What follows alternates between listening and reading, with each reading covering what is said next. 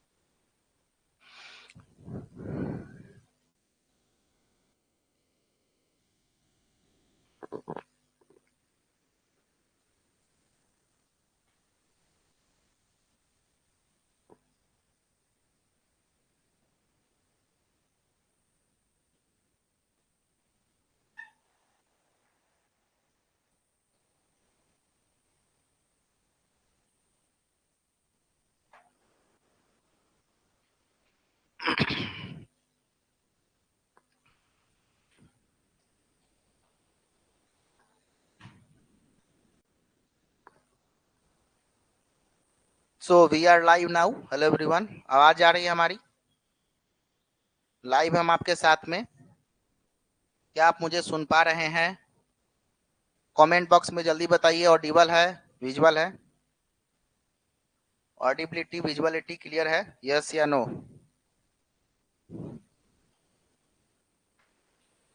जल्दी से जल्दी बताइए। तब तक जुड़िए, 2 मिनट में आ रहे हैं।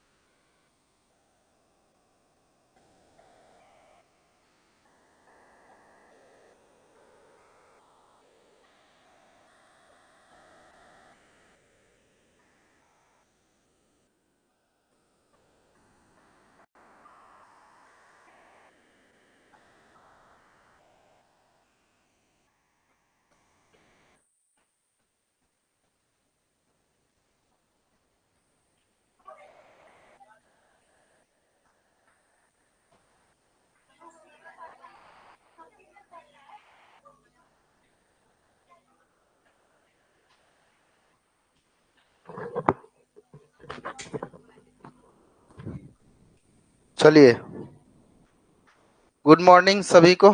चलिए शुरू करते हैं। अमृता, जूही, अनीसा तिवारी, आरती कुमारी, मोनी ठाकुर, गुड मॉर्निंग। चलिए, तो हम लोग कल के क्लास में पढ़े थे इमोशन, संवेग, याद है? संवेग का कुछ पॉइंट हम लोग डिस्कस कर चुके थे। हमने आपको बताया था आपके जीवन में प्यार का होना भी संवेग है और धोखा का मिलना भी संवेग है। एगो सकारात्मक है और एगो नकारात्मक है। अब धोखा मिला जो आपको दुख देगा, पीड़ा देगा, जिसमें आप रोएंगे, चिल्लाएंगे, टूटा हुआ आशिक, वो कौन है? नकारात्मक इमोशन, है ना। और जब प्यार वाला भाव आप में आता है तो वो कौन सा? सकारात्मक इमोशन, है ना। तो हमने कहा था कि प्यार, रोना, हंसना, दुख, सुख, चिल्लाना, गुस्सा होना, नखरे दिखाना, अलग अलग तरीके का मोमेंट। जैसे लड़का के शादी वाला एग्जांपल दिए थे कि 10 बजे रात के जब दुआरी लगता है तो गाना चलता है, आज मेरे यार की शादी है, और सुबह 5 बजे बाबुल का घर छोड़ के डैंस के घर चली। ये क्या है? मोमेंट है। इसको हम लोग क्या बोलेंगे? इमोशन बोलेंगे, संवेग बोलेंगे, ठीक है। हमने कहा था कि संवेग एक ऐसा रिस्पॉन्स होता है, एक ऐसा प्रतिक्रिया होता है जो आदमी या व्यक्ति स्थिति के अनुसार देता है। जैसे अगर आपके घर में किसी का देहांत हो गया, उस समय का इमोशन अलग होगा, लेकिन आपके घर में किसी की शादी है तो उस समय का इमोशन अलग होगा। सही है कि नहीं? तो कहीं ना कहीं ये सिचुएशन के अनुसार में रिस्पॉन्ड करता है ना। अब सवाल यह है कि संवेग की प्रकृति, नेचर के बारे में हमने चर्चा किया था कल के क्लास में।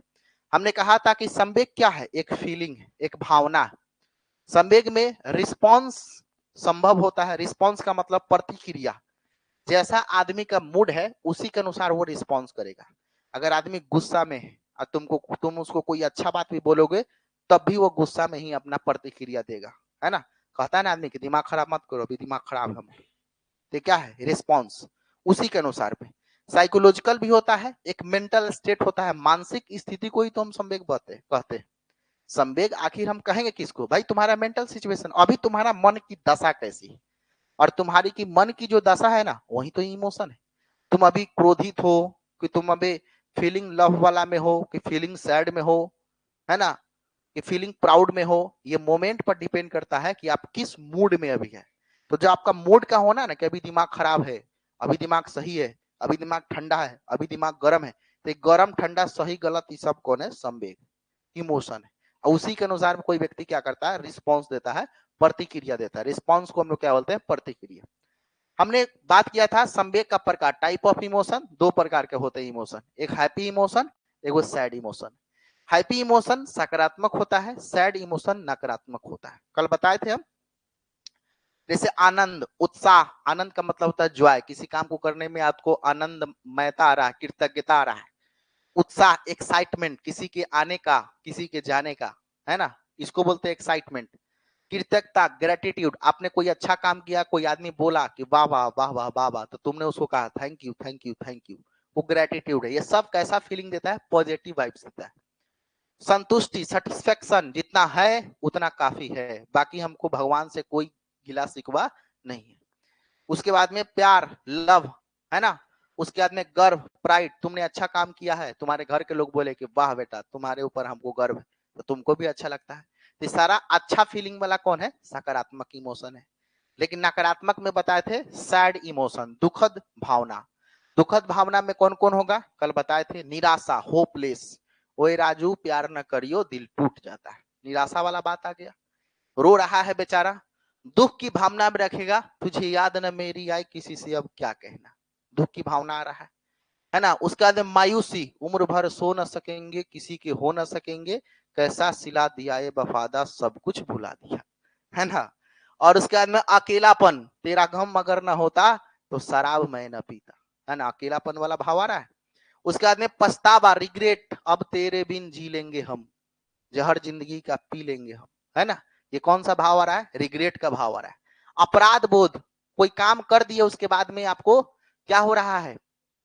उसके बाद में आपको गिल्ट फील हो रहा है कि अरे ऐसा नहीं करना चाहिए था हमको। तो नकारात्मक इमोशन, जैसे एक मम्मी अपने बच्चों को तुरंत चटका देती है, अब बाद में सोचती है कि कहां से मार दिए, वो कौन सा है? अपराध बोध। मतलब जो काम तुमने किया उसका अंडरस्टैंडिंग बाद में आना, तो नकारात्मक इमोशन में आता है, वो सकारात्मक नहीं होता है। तो सब जो तुमको रुलाएगा, जो तुमको क्रोधित करेगा, वो नकारात्मक है, और जो तुमको अच्छा लगेगा, गुड फीलिंग देगा, पॉजिटिव वाइब्स देगा, वो कौन सा है? सकारात्मक इमोशन है। सीधा समझो, ठीक है। अब सवाल ये है कि यहां तक की कहानी को हम लोग कल के क्लास में किए थे, ये केवल रिवीजन की है आप लोग को, ठीक है। अब हम लोग आज पढ़ेंगे संज्ञान और संवेग में रिलेशन या अंतर, डिफरेंस। तो पहले तो हम रिलेशन का बात कर लेते हैं। देखो, संज्ञान का मतलब क्या होता है, ध्यान से सुनिएगा हमारे बात को। संज्ञान को हम लोग बोलते हैं मेरे लाल कॉग्निशन, और संवेग को बोलते हैं इमोशन, है ना। तो इस संज्ञान केकर मामला है? ये दिमाग का मामला है। अब संज्ञान मतलब कॉग्निशन, और संज्ञान का कॉन्सेप्ट पियाजे साहब दिए हैं, और पियाजो को तो हम बहुत अच्छे से आपको पढ़ाएं, संज्ञानात्मक विकास, कॉग्निटिव डेवलपमेंट। तो संज्ञान का पूरा पूरा संबंध कहां से होता है? हमारे दिमाग से, हमारे बुद्धि से, हमारे तर्क से, हमारे विचार से, हमारे सोच से, हमारे लॉजिक से, हमारे थॉट से। तो ये थॉट आना, विचार आना, तर्क आना, लॉजिक आना, ये सब कहां से होता है? हाथ पैर से ना, दिमाग से। तो संज्ञान केकर मामला है? दिमाग का मामला है। और संवेग केकर मामला है बाबू? दिल के मामला है ना। तो एगो दिमाग वाला मामला है, एगो दिल वाला मामला है। अब सवाल यह है कि दिल और दिमाग में कैसा संबंध है? बहुत बड़ा संबंध है। दिल और दिमाग में बहुत बड़ा संबंध है। इसी को तो हम समझना है कि आखिर संज्ञान और संवेग में रिलेशन कैसा होता है। अब जैसे तुमको हम एग्जाम्पल दे रहे हैं, अगर तुम्हारा दिमाग खराब है ना, अगर तुम्हारा दिमाग खराब है, अब दिमाग खराब होने का मतलब ये हो गया कि तुम मैथ बना रहे हो, अब मैथ बनाने के बाद में तुम 10 गो मैथ को ट्राई किए, लगातार 10 मैथ नहीं बना, ठीक है ना।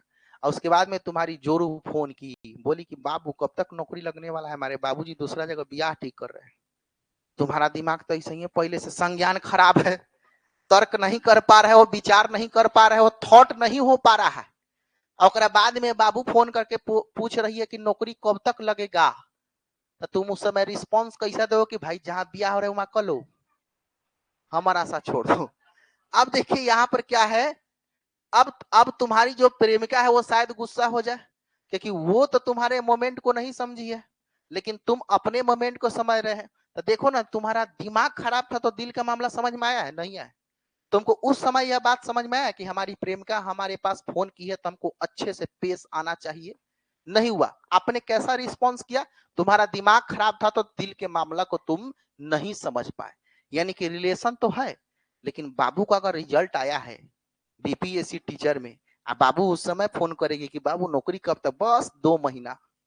उस समय तुम हंसते हुए अपने रिस्पॉन्ड को करोगे। यानी कहने का मतलब ये है, संज्ञान ठीक यानी दिमाग ठीक तो दिल भी ठीक, लेकिन अगर दिमाग खराब तो दिल भी खराब। यानी दोनों में रिलेशन है कि नहीं है, पहले ये बताओ, है ना। अब एक बच्चा जिसका अभी अभी रिजल्ट आया है 10 मिनट पहले, और उसके बाद में फोन आ रहा है किसी का, तो उस समय का रिस्पॉन्स, और अभी अभी तुम फेल किए हो और बाद में फोन आया है, तो उस समय का रिस्पॉन्स अलग होगा कि एक ही होगा? अलग होगा। एक मतलब तुम इस बात से एक चीज को समझ पा रहे हो, हम एग्जाम्पल दिए, तुमको ऐसे जल्दी समझ में आ जाएगा, ये सब बातवा से थोड़ा जल्दी समझ में आता है। तो हम ये इस चीज, इस कहानी के माध्यम से, एग्जाम्पल के माध्यम से मैं समझाना चाह रहे हैं कि बताओ ना, तुम्हारे दिल और दिमाग का संबंध आ रहा है कि नहीं आ रहा? आ रहा है ना। अगर तुम फेलियोर हो, तुम तर्क नहीं कर पा रहे हो, विचार नहीं कर पा रहे हो, लॉजिक नहीं लगा पा रहे हो, तो दिल का मामला भी फेल होगा। लेकिन जब ये सब कुछ ठीक है तो दिल का मामला भी सेट होगा। यानी कहने का मतलब ये, संज्ञान और संवेग में एक रिलेशन होता है ना। कॉग्निशन और इमोशन दोनों एक दूसरे से क्या है, जुड़े हुए रहते हैं, ठीक है ना। एग्जाम्पल हम देते हैं गौर, कि टीचर घर में झगड़ा किया और उसका इमोशन क्लास में दिखा दिया। अब देखो, अब घर में झगड़ा किया मतलब वो क्या है, इमोशन है, कि अपने धर्म पत्नी से एकदम मारा पीटी झोटा झोटी करके आया है। क्लास में आया तो बाद में अगर बच्चा सवाल पूछ रहा है, 2-4 गो सवाल पूछा तो टीचर भड़क गया कि भल न कल बताए थे, आप पूरा फ्रस्ट्रेशन उसी बचवा पर निकाल दिया। समझ में आ रहा ना। तो मतलब क्या समझे, ये टीचर घर में झगड़ा किया था, मतलब वहां था इमोशन खराब, और उस इमोशन का प्रभाव पड़ गया बच्चा के कॉग्निशन के ऊपर। समझ में आ रहा ना। इसका मतलब ये है कि इस एग्जाम्पल के माध्यम से भी आप समझ सकते हैं कि कॉग्निशन और इमोशन में रिलेशन होता है, ठीक है बात। तो संवेग क्या है? तो संवेग एक मेंटल स्टेट है, एक मानसिक स्थिति है। जैसे घर में झगड़ा करके आ रहे हैं तो आपका मानसिक स्थिति खराब रहेगा, और मानसिक स्थिति खराब रहेगा तो कॉग्निशन खराब हो ही जाएगा, पढ़ाने में मन नहीं लगेगा आपको, कक्षा में जो प्रभावी शिक्षण आप कराना चाहते हैं वो नहीं हो पाएगा, बार बार दिमाग उधर जाएगा कि कैसे गाली दे दी है हमको। समझ में आ रहा है ना? तो क्या है संवेग? एक क्या है? मानसिक स्थिति है जो भय, क्रोध, प्रेम आदि से जुड़ा है। सही बात है, सारा दिल का मामला है। भय भी दिल का मामला, क्रोध भी दिल का मामला, प्रेम तो पूरा दिल का मामला है ना। तो भय, क्रोध, प्रेम ये किससे जुड़ा है? इमोशन से। और इमोशन क्या है? तो एक मेंटल स्टेट है, तुम्हारी मानसिक स्थिति है। लेकिन उसके उल्टा है कौन? संज्ञान। अब संज्ञान क्या है? तो संज्ञान अनुभवों और इंद्रियों के माध्यम से ज्ञान प्राप्त करने की प्रक्रिया है। नॉलेज को गेन करने का एक प्रोसेस होता है कॉग्निशन, है ना। अब ज्ञान प्राप्त करने की प्रक्रिया का मतलब क्या हुआ? तुम्हारे बुद्धि, तुम्हारे तर्क, तुम्हारे विचार, तुम्हारे थॉट, तुम्हारे लॉजिक से जुड़ा हुआ कौन सा? संज्ञान। अब बताइए, दोनों में बहुत डिफरेंस भी है और दोनों में रिलेशन भी है। रिलेशन है कि नहीं है?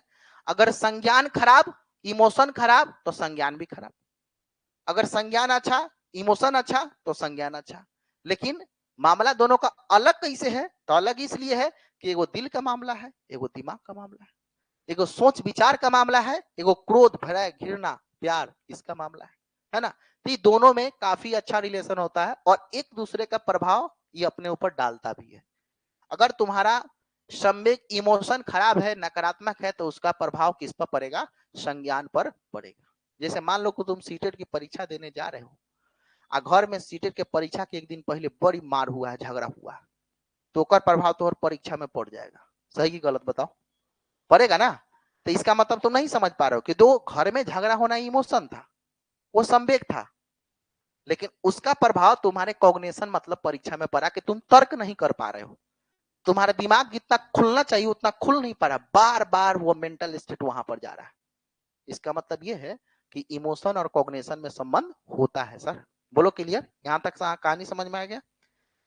अब सवाल यह है कि जब इमोशन और कॉग्निशन में रिलेशन होता है, यानी इमोशन का प्रभाव कॉग्निशन पे पड़ेगा, कॉग्निशन का प्रभाव इमोशन पे पड़ेगा, तो हम लोग एक एग्जाम्पल के थ्रू, एक डाटा के थ्रू इसको समझते हैं, ठीक है ना। कॉग्निशन एंड इमोशन मतलब संज्ञान और संवेग, तो आपस में घनिष्ठ रूप से क्या होता है? जुड़ा रहता है। एकदम इंपॉर्टेंट फैक्ट है, ये पूछा जाता है कि संज्ञान और संवेग का रिलेशन कैसा होता है। तो ये आपस में क्या होता है? बहुत घनिष्ठ होता है ना। ठीक है, तो आपस में क्या होता है? ये घनिष्ठ रूप से जुड़ा रहता है, इमोशन और कॉग्निशन, और ये द्वि दिशात्मक होता है, मतलब बाई डायरेक्शनल। अब तुम समझो इस बात को, बाई डायरेक्शनल कहने का मतलब क्या हुआ कि हमर प्रभाव तोरा पर, तोहर प्रभाव हमरा पर, तो ये क्या होता है? By directional. तो एगो है कॉग्निशन और एगो है इमोशन, तो ये दोनों के बीच में रिलेशन कैसा है? By directional. तो बाई डायरेक्शनल का मतलब होता है, जैसे हिंदी में इसको बोलते हैं, एगो होता है एक दिशीय और एक होता है द्विदिशीय। तो एक दिशीय का मतलब हो गया कि हमारा प्रभाव ना तुम्हारे पर पड़ने वाला है और ना तुम्हारा प्रभाव हमारे पर, या फिर केवल हमारा प्रभाव तुम पर पड़ेगा लेकिन तुम्हारा प्रभाव हम पर नहीं पड़ेगा, तो वो एक दिशात्मक हो जाता है, यूनिडायरेक्शनल। लेकिन बाई डायरेक्शनल का मतलब ये होता है कि हमारा इफेक्ट तुम पर भी पड़ेगा, तुम्हारा इफेक्ट हम पर भी पड़ेगा। तो कॉग्निशन और इमोशन का जो रिलेशन है वो इस प्रकार है, वो द्विदिशात्मक है, वो बाई डायरेक्शनल है। मतलब इमोशन का प्रभाव कॉग्निशन पर भी पड़ेगा और कॉग्निशन का प्रभाव इमोशन पर भी, है ना। मतलब दिमाग खराब तो दिल खराब, दिल खराब तो दिमाग खराब, है ना। इसका मतलब ये हो गया कि इसका रिलेशन कैसा होता है? By directional. डायरेक्ट क्वेश्चन पूछा था, ये क्वेश्चन पूछा हुआ था कि संज्ञान और संवेग में किस तरह का संबंध होता है?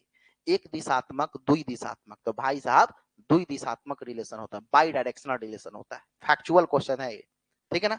उसके बाद में कहता है कि एक गतिशील परस्पर क्रिया है, एक डायनेमिक, है ना, इंटरप्ले है। मतलब मन दुखी होगा तो काम खराब होगा, और मन अच्छा होगा तो काम भी अच्छा होगा। अब घर के लोग आप देखे, कहीं बाहर भीतर आप लोग जाते हैं परीक्षा उरीक्षा देने के लिए, तो आपके घर के गार्जियन घर में झगड़ा हो रहा है तो कहता है कि बच्चा का एग्जाम है, अभी ज्यादा जो है ना इस तरह के झगड़ा को मत करो, नहीं तो उसका एग्जाम खराब हो जाएगा, कहता ना लोग। आपके घर के पेरेंट्स इस बात को समझाते हैं ना घर वाले को, क्यों समझाते हैं? क्योंकि देखो ना यहाँ पर स्पष्ट रूप से कह दे कि डायनेमिकल प्रोसेस है ना, जैसा तुम्हारा गतिशील प्रोसेस होगा उसी के अनुसार में तुम फीडबैक प्रदान करोगे। यानी मन अगर दुखी रहेगा तो काम खराब होना तय है। अब मन अगर अच्छा है, मन अगर खुश है, गुड फीलिंग है, तो काम भी अच्छा होगा, ठीक है ना। तो आप लोग कहते हैं ना, मतलब ये कि आपके सोच का प्रभाव आपके काम के ऊपर पड़ता है, ये इमोशन और कॉग्निशन बता रहे हैं। जैसे कोई बच्चा अगर सीटेट का परीक्षा देने जा रहा है और रास्ता भर ये सोचते जा रहा है कि हम तो क्लासे नहीं किए थे, हम तो 1.5 महीने मामा के यहाँ रह गए थे, है ना, 2 महीना अपन भैया के शादी में बिजी रह गए थे, तो हम तो क्लासे नहीं किए, तो हमारा तो पूरा क्लासे छूट गया है, तब कहाँ से रिजल्ट होगा, हमारा नहीं अच्छा जाएगा एग्जाम। तुम बतवा सोचते सोचते जा रहे हो तो पक्का नहीं जाएगा अच्छा, एकदम 100%। लेकिन तुम केवल यह सोच करके जा रहे हो कि नहीं पढ़े हुए हैं भाई, रिजल्ट हमरे होगा, है ना, ऐसा थॉट आना मन में कि काहे नहीं होगा, इतना मेहनत किए हैं भाई, 3 महीना 30 सर का क्लास किए हैं, सेट बना है, तो रिजल्ट केकर होगा, हमरे होगा। अब यह बात तुम्हारे दिमाग में आ रहा है, बार बार हंट कर रहा है, मतलब तुम पॉजिटिव वाइब में हो। अच्छा देखिएगा, आपके जीवन में या आपके दोस्त के अगल बगल में एक दुखदाई इंसान होगा, कितनों पढ़ लेगा, ओकरा कहे तैयारी है, तुम पूछोगे तो कहे कहाँ तैयारी है, ऐसे बोलेगा वो, ठीक है ना। अब वो हमेशा क्या करता है, उसको लगता है कि हम छुपाना, कोई कोई आदमी छुपाना चाहता है, उसका 150 में 140 नंबर भी आएगा तो तुम कहोगे उसको कि अरे तुम्हारा तैयारी तो बहुत अच्छा, 140 नंबर आया, तो बोले कहाँ नंबर आया, तो कहा 152 को चाहिए अब। अच्छा ऐसा आदमी रहता है कि नहीं आपके अगल बगल में, 150 में 125 आया है और तुम्हारा 80 को नंबर आया, तो तुम उसको कहोगे अरे तुम्हारा तैयारी बहुत अच्छा, 125 नंबर आया, कहाँ नंबर 125, वो तो है ये, अरे देखो। तो वो जानते हो नकारात्मक वाई वाला आदमी, वैसा आदमी से दूर रहना, है ना। अब उसमें क्या है, उसमें सेल्फ सेटिस्फेक्शन नहीं है तो है, 125 को आया था, कहिए कि हाँ पढ़ते हैं तो आता है भाई, पढ़े हैं तो आया है, कहीं नहीं आएगा, तुम्हारा भी आ सकता है, वो पॉजिटिव आदमी है। लेकिन जो रोएनवा है वो पॉजिटिव ना है, वो तोड़ो को रुआ देगा। मतलब क्या होगा कि तुम्हारे मन में यह बात आता है कि 125 को लाने के बाद ही आदमी को तैयारी ना है, तो हम कौन खेत के मूली, हमारे तो 50 को आया है। तो हमारे कहने का मतलब क्या, वो नकारात्मक वायु वाला आदमी होता है। तुम्हारे समाज में भी इस तरह का व्यक्ति आपको देखने को मिलेगा, है ना। नौकरी बड़ा लग गया उसके पास में, तुम बोलोगे कि अरे आप बहुत मेहनत किए थे, आप डीएसपी बन जाए, डीएसपी कौन बार का भारी चीज है, अच्छा नौकरी नहीं, नकारात्मक आदमी हो। मतलब जानते हो अंदर से होकर खुशी है, लेकिन बाहर वो जाहिर नहीं करना चाहता है, और वो हमेशा सेल्फ सेटिस्फाइड नहीं है, अपने से आत्मसंतुष्ट नहीं है। आज जेकरा अंदर आत्मसंतुष्टि ना, ओकरा से दूर रहो, न तो तुमको नकारात्मक बना देगा, निगेटिव बना देगा। तो सेट उट आप लोग बनाते हैं, ऐसा आदमी रहेगा ना, तो साइड रहना ओकरा से, ठीक है ना। आप देखो तो ये हो गया हमारा बाई डायरेक्शनल, यानी एक दूसरे को संभालना। बाई डायरेक्शनल का मतलब ये हो गया। गतिशील प्रक्रिया का मतलब मन दुखी तो काम खराब, मन अच्छा तो काम अच्छा। बताओ समझ में आया। मतलब कुल मिलाकर के एक एक पॉइंट हम उसी समय से समझा रहे हैं कि कॉग्निशन और इमोशन में रिलेशन कैसा है। तो 3 गो बात हम समझा है, कॉग्निशन और इमोशन में रिलेशन बहुत ही घनिष्ठ होता है, और दूसरी बात ये बाई डायरेक्शनल होता है। अगर इमोशन अच्छा तो कॉग्निशन अच्छा, कॉग्निशन अच्छा तो इमोशन अच्छा। बोलो क्लियर, यहाँ तक बात समझ में आया। चलो, अब इतना एग्जाम्पल देने के पीछे सबसे बड़ा कारण क्या था कि हम आपको मात्र एक फैक्ट बता पाए कि बउआ ये वो दिल का मामला और एगो दिमाग का मामला, मतलब कॉग्निशन और इमोशन में एक बिटवीन रिलेशन होता है। यहां तक मुझे लगता है बात आपको समझ में आ गया होगा। चलिए, उसके बाद में कहता है संवेग को प्रभावित करने वाला कारक, इमोशन को प्रभावित करने वाला कारक भी है। हाँ, जैसे आप लोग पढ़ते हैं ना, अधिगम को प्रभावित करने वाला कारक, सीखने को प्रभावित करने वाला कारक, सामाजिकता को प्रभावित करने वाला कारक, शारीरिक विकास को प्रभावित करने वाला कारक, तो ऐसा ही इमोशन को भी प्रभावित करने वाला कारक हमारी इस दुनिया समाज में अगल बगल में है। मतलब एक बात जानो, पृथ्वी पर जितना भी जीव जंतु है ना, सबको प्रभावित करने वाला कारक शामिल है ना। अगर नहीं होता तो हम सभी लोग अच्छे होते, और सभी लोग अच्छे होते तो फिर दिक्कत हो जाता। दिक्कत ये होता तो फिर जेल का हैला बनता भाई, है ना। अब सब लोग अच्छा हो जाता। आप देखिए सब लोग का अच्छा होना भी सही नहीं है, कुछ लोग समाज में खराब होते हैं, ओकरा कारण तुम अच्छा कर जाते हो, यो बात है। जैसे समाज में तुम्हारा नौकरी नहीं लग रहा था, कोई ताना मार दिया कि 30 साल से पढ़ी तारा नौकरी लगल, देखे तेरी कहिए लगी था, तो हो सकता है तोरा में वो नकारात्मक बात से सकारात्मक जुनून आ जाके रुको करके दिखाते। समझ में आ रहा है ना। तो उसका बुरा होना भी तुम्हारे लिए अच्छा हो रहा है कि नहीं हो रहा है। तो सवाल यह है कि संवेग को प्रभावित करने वाला कारक कौन कौन है, की फैक्टर अफेक्टिंग इमोशन, इमोशन को कौन कौन सा की फैक्टर जो है ना प्रभावित करता है। तो सबसे पहला फैक्टर है साइकोलॉजिकल, मनोवैज्ञानिक फैक्टर। मनोवैज्ञानिक फैक्टर में कौन कौन आता है, व्यक्तित्व यानी पर्सनालिटी, संज्ञानात्मक यानी कॉग्निटिव, मूल्यांकन, आत्मसम्मान का मतलब हो गया सेल्फ स्टीम। मतलब ये है कि तुम्हारे इमोशन को ये सब के सब क्या करते हैं, प्रभावित करते हैं, है ना। किसी व्यक्ति के पर्सनालिटी के अनुसार, कॉग्निटिव के अनुसार, आत्मसम्मान के अनुसार, सेल्फ स्टीम के अनुसार उसका इमोशन क्या होता है, प्रभावित होता है। अब पूछो कैसे, देखो एग्जांपल देते हैं। जैसे मान लीजिए कि आप कितनों बड़ा आदमी है, ठीक है ना, और कितना भी बड़ा आदमी है, पैसा वाला आदमी है, आप समझते हैं कि पूरा दुनिया हमको चाहता है, लेकिन 5 गो लोग के बीच में आप जब जा रहे हैं तो आपको वहां पर जो सम्मान मिलना चाहिए वो नहीं मिला है, तो आपके इमोशन को ठेस पहुंचेगा। तुमको लगेगा कि ना ना अब हम वहां पर नहीं जाएंगे, है ना। इसे सबसे ज्यादा दिक्कत में क्या होता है, घर के लड़का अगर दामाद है तब दामाद को सबसे आत्मसम्मान चाहिए। कहा अपना घर में ना ससुराल में, समझ रहे ना। अब बताओ, एक ससुराल में जब एक दामाद जाता है ना तो सबसे ज्यादा आत्मसम्मान की अपेक्षा करता है ना, एक्सपेक्टेशन करता है कि ससुराल के सभी लोग हमको आत्मसम्मान दे। एक बात जान लीजिएगा, दामाद को आत्मसम्मान आप नहीं दिए ससुराल में तो ससुराल छोड़ सकता है, और वो तो छोड़बे करेगा, तुम्हारे बेटी को भी छुड़ा सकता है।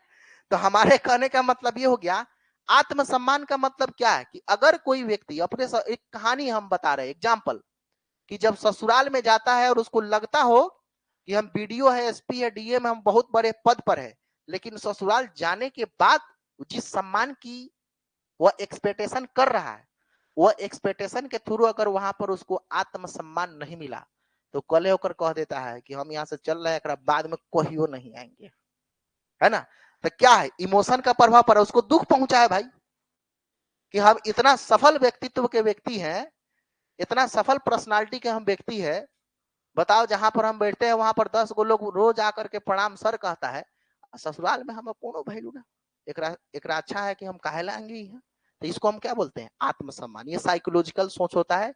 तो मनोवैज्ञानिक यानी कहने का मतलब ये है कि साइकोलॉजिकल भी कहीं ना कहीं क्या करता है, इमोशन को प्रभावित करता है, ठीक है। दूसरा, सोशल इन्वायरमेंट, सामाजिक पर्यावरण भी आपके इमोशन को प्रभावित करेगा। कैसे करेगा, जैसे सामाजिक समर्थन, सोशल सपोर्ट। जैसे एक चीज देखिएगा कि आप घर में कोई बहुत बड़ा गलती कर दिए, ठीक है ना। अब गलती कर दिए तो 2 टाइप का परिवार होता है। एक तो परिवार ऐसा होगा कि तुमको समझा बुझा के छोड़ देगा, और दूसरा परिवार हमारे समाज में ऐसा है कि एक बाद में घर में टप गेला तो टांग तोड़ दे, हमेशा के लिए तुम घर से बाहर चले जाओ, इस तरह की भावना भी आता है ना। अब सामाजिक सपोर्ट का मतलब ये होता है कि देखिए उस स्थिति में बच्चा 2 टाइप का हो सकता है। अगर किसी के गलती करने के बाद में आप उसका समर्थन करते हैं तो हो सकता है वो बच्चा सुधर भी जाए, हो सकता है बच्चा उसी कृत्य को दोहरा भी दे, ये भी हो सकता है।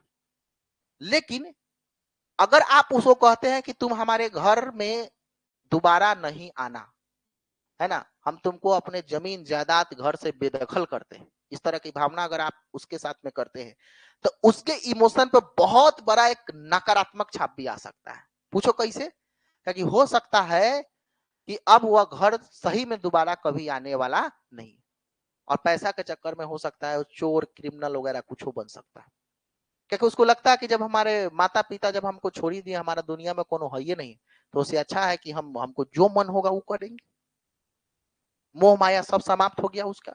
तो कहने का मतलब क्या है, सोशल सपोर्ट भी तो इमोशन को प्रभावित कर रहा है, सामाजिक समर्थन जिसको आप कह रहे हैं, है ना। उसके बाद में सांस्कृतिक मानदंड, है ना, जिसको हम लोग बोलते हैं कल्चरल नॉर्म्स। तो सांस्कृतिक मानदंड कैसे प्रभावित कर रहा है भाई, तो सभी संस्कृति का सम्मान होना चाहिए। जैसे राजस्थानी ड्रेस अलग होता है, बिहारी ड्रेस अलग होता है, मुंबई वाला ड्रेस अलग है, दिल्ली वाला ड्रेस अलग है, उड़िया का ड्रेस अलग है, राजस्थान का ड्रेस अलग है, पंजाबी का ड्रेस अलग है, सबका कल्चर अलग अलग है। तो सभी संस्कृति के अनुसार अगर उसका आप सम्मान कर रहे हैं तो इमोशन पर कोई प्रभाव नहीं है, लेकिन अगर कुसमाज योजन के तौर पर आप उसको देख रहे हैं तो इमोशन पर तो इफेक्ट पड़ेगा, है ना। उसके बाद में कहता है पर्यावरणीय तनाव, इन्वायरमेंटल स्ट्रेस, है ना, अगल बगल के लोग के कारण तुमको तनाव उत्पन्न हो रहा है, रोज झगड़ा हो रहा है कारण तनाव उत्पन्न हो रहा है, तो ये कहीं ना कहीं आपके इमोशन को क्या करता है, प्रभावित करेगा। तीसरा आपके पास में आता है जीवन के अनुभव, लाइफ के एक्सपीरियंस से भी आपके इमोशन प्रभावित होते हैं। जैसे कभी कभी व्यक्ति ट्रामा में चला जाता है, आघात में, आघात समझते हैं, है? जैसे मिला उसको धोखा, तो धोखा से चल जाता है ट्रामा में, और ट्रामा में चला गया मतलब हो गया कि 4 दिन कोमा में रह रहा है, और सपना में भी वो अजीब अजीब तरह की बातें कर रहा है, तो कौन सा है? इमोशन को प्रभावित किया है ना, आघात, ट्रामा, तनाव, टेंशन, अवसाद जिसको हम लोग कहते हैं। उसके बाद में सीखे हुए अनुभव, ये सब के सब क्या है? जीवन के अनुभव, जो लाइफ का एक्सपीरियंस होता है ना, वो भी आपके इमोशंस को क्या करता है? प्रभावित करेगा।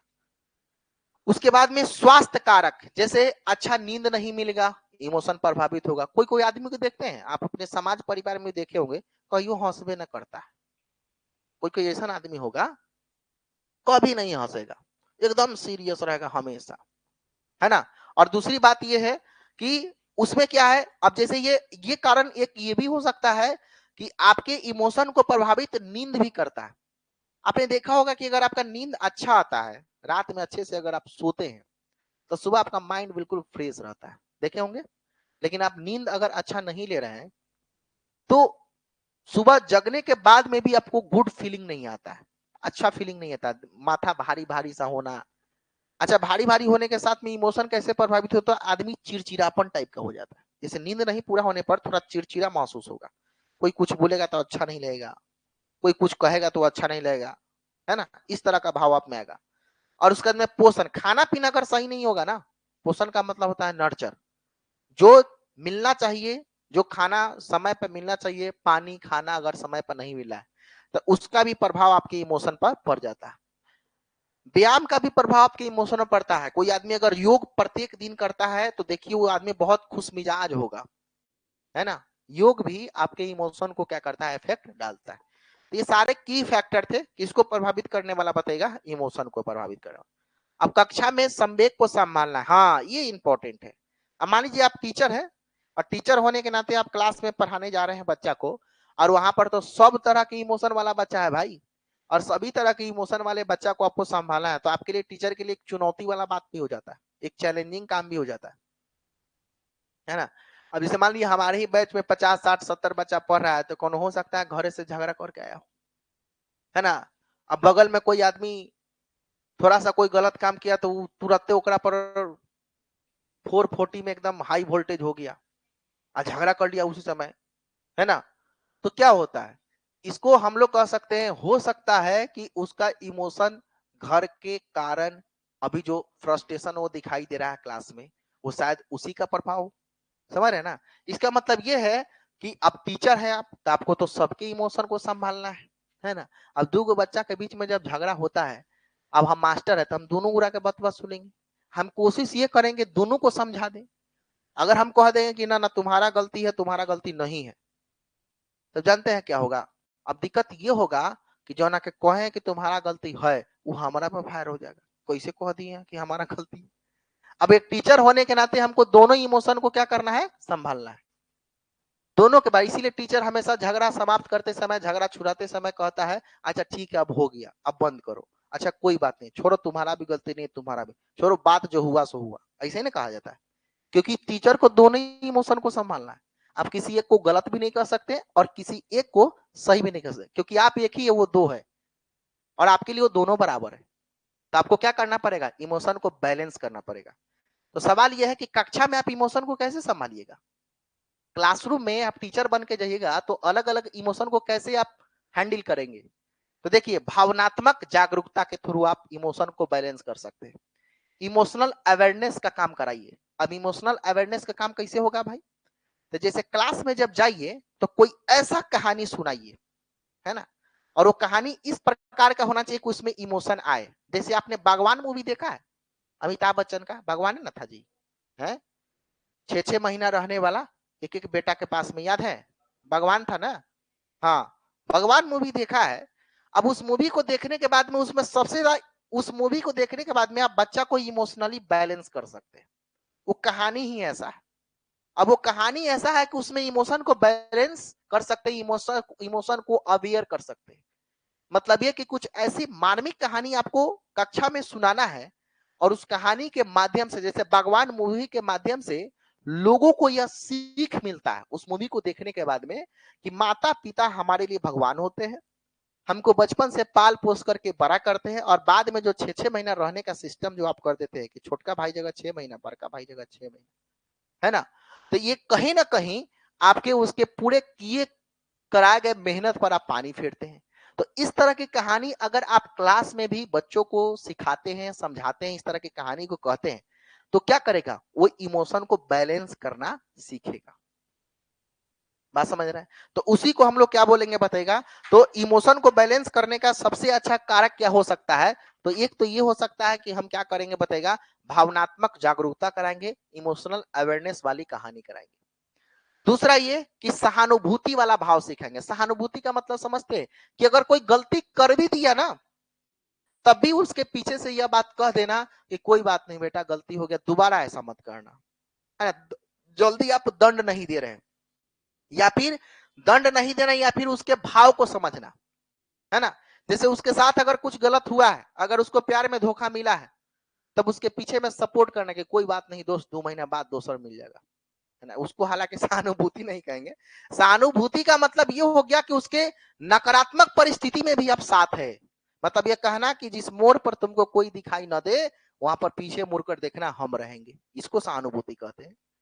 मतलब दुनिया जब तुमको छोड़कर चला जाएगा, तो उस समय उस स्थिति में भी दोस्त, हम तुमको छोड़ने वाले नहीं है, उसको सहानुभूति कहेंगे। तो इस तरह की भावना बच्चों में प्रकट करना है।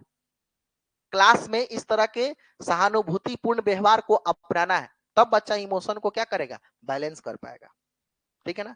तो बच्चा में सहायता का गुण, दुख के परिस्थिति में साथ देने का गुण जब सिखाइएगा, तो क्या करेगा, इसका मतलब इमोशन को वो क्या कर पाएगा, बैलेंस कर पाएगा। तीसरा है सकारात्मक सुदृढ़ीकरण। हमेशा पॉजिटिव रीइंफोर्समेंट देना है। रीइंफोर्समेंट को हम लोग पुनर्बलन भी कहते हैं। क्या कहते हैं, पुनर्बलन या सुदृढ़ीकरण। अब पुनर्बलन का मतलब क्या है, हमेशा पॉजिटिव रीइंफोर्स करना है। बच्चा छोटा से छोटा भी काम किया है ना, जो तुम्हारी नजर में लग रहा है कि यार ये कौन बार का काम है, तब भी कहना वाह वाह, very good very good very good. इसको बोलते हैं पॉजिटिव रीइंफोर्समेंट, है ना। अगर मान लीजिए क्लास 2 का बच्चा एक आम का चित्र बना के लाया, लेकिन कहीं से आम देखने में लग नहीं रहा है, लेकिन बच्चा मेहनत से बना कर लाया है, यहाँ पर लिखा है आम, और आपको कह रहा है कि सर देखिए तो आम बना है, कैसा बना है, तो ये आम देखने में लग रहा है आम है, नहीं लग रहा है।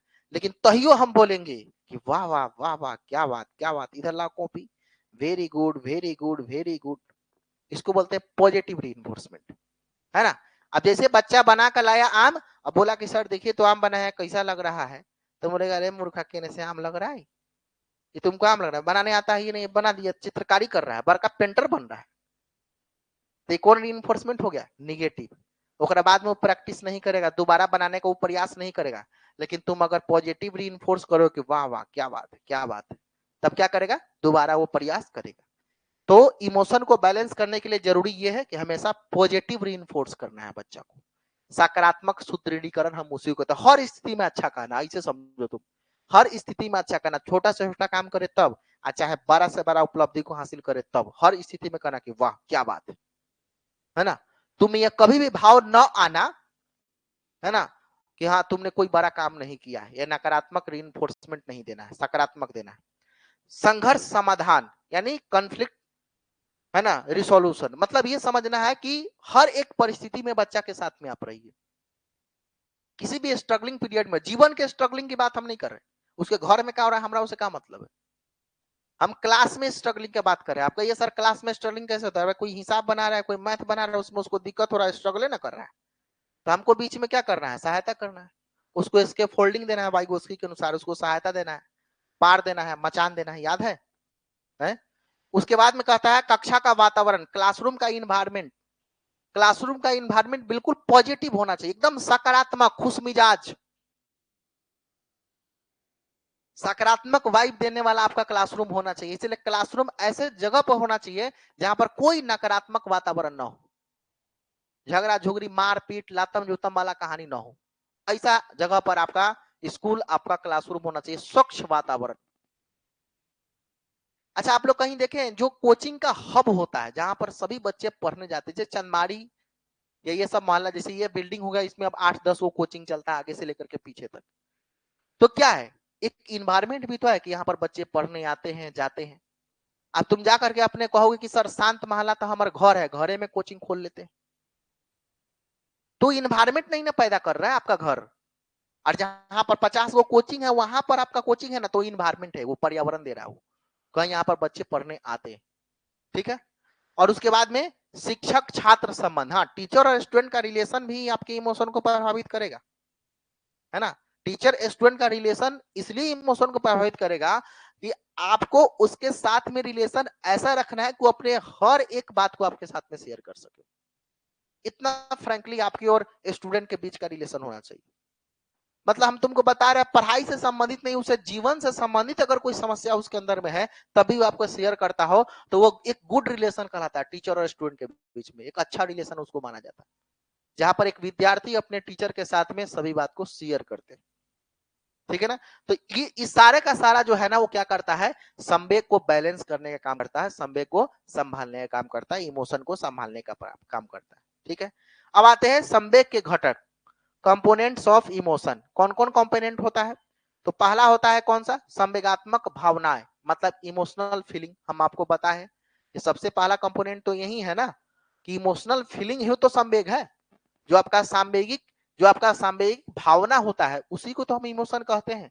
उसके बाद में व्यवहार में बदलाव, अभी बताए आपको कि दिमाग खराब है तो तुम्हारा व्यवहार अलग होगा, दिमाग अच्छा है तो तुम्हारा व्यवहार अलग होगा। तो व्यवहार में बदलाव भी क्या है, ये इमोशन के घटक ही तो है। उसके बाद में संवेगात्मक अभिव्यक्ति, इमोशनल एक्सप्रेशन। अभिव्यक्ति का मतलब क्या होता है, एक्सप्रेशन। जैसी मनोदशा होगी उसके साथ उसके अनुसार ही आप अपने आप को अभिव्यक्त कीजिएगा, उसके अनुसार ही आप अपने आप को एक्सप्रेस कीजिएगा, ठीक है ना। तो ये सब के सब क्या है, कंपोनेंट है। अब आते हैं संवेग का शिक्षा में महत्व, इमोशन का टीचिंग में क्या इंपॉर्टेंस है ना। Importance of emotion in education, important है यह वाला बात। बालकों के संवेग को जगाकर पाठ में उनकी रुचि उत्पन्न की जा सकती है। हाँ, इमोशन को जगा करके पाठ में आप पढ़ाने में इंटरेस्ट उत्पन्न कर सकते हैं। सही बात है कि नहीं, बताओ।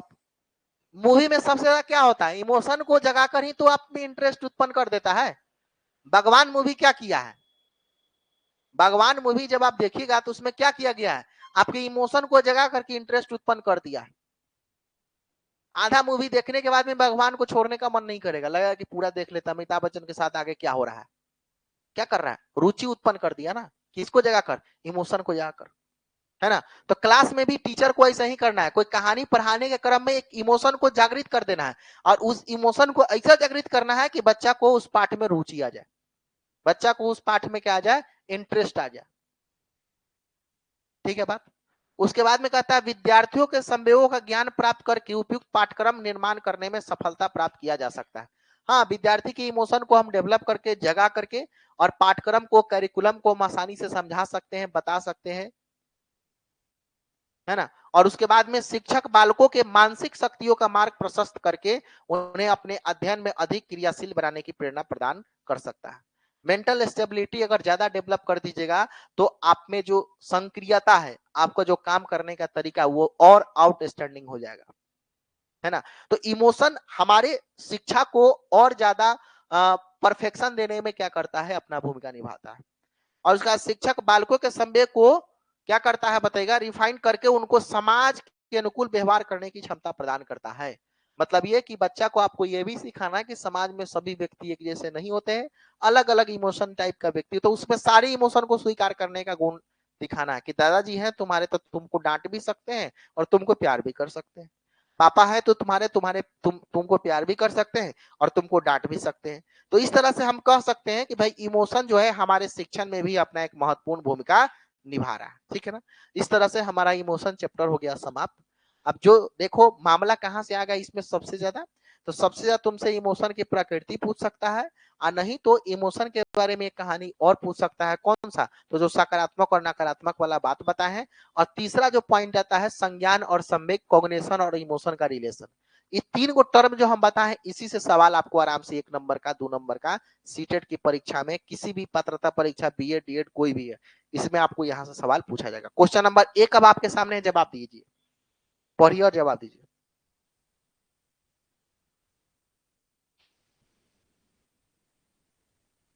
21 जनवरी 2024 को सवाल पूछा है, पिछला साल, ये पिछला साल का सवाल है, बताइए।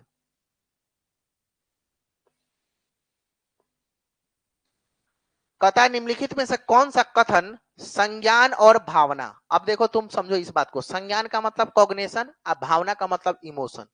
अब भावना के जगह पर संवेगो लिख सकता था, भावना भी लिख सकता था, कोई दिक्कत वाली, भावना संवेग एक ना हुआ हो, के बीच में संबंध को सटीक रूप से परिभाषित करता है।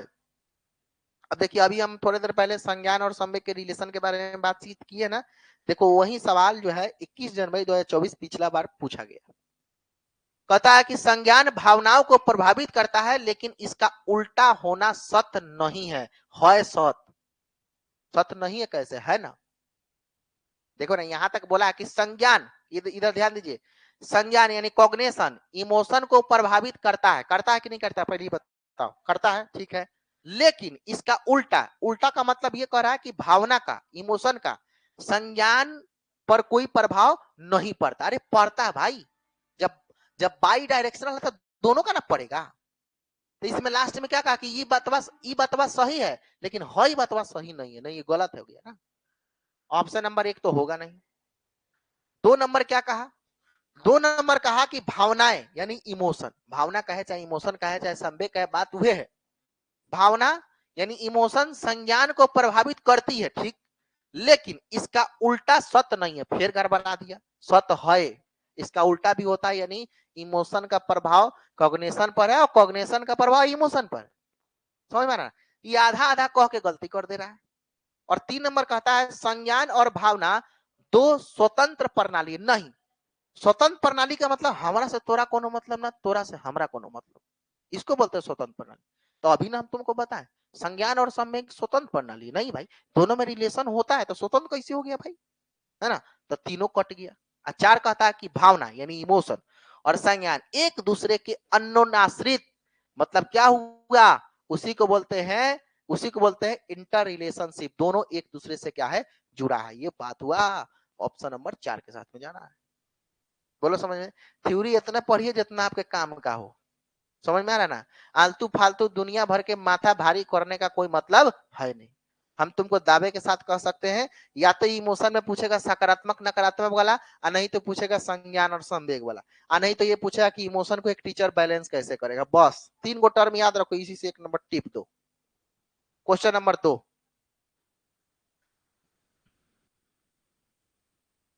2 नंबर क्वेश्चन पढ़िए क्या कहता है, देखिए तो 7 जुलाई 2024 को सवाल पूछा है, बताओ इससे पहले जो परीक्षा हुआ था उसके पहले वाला परीक्षा में, जुलाई वाला में, कथन पढ़िए और तर्क दीजिए।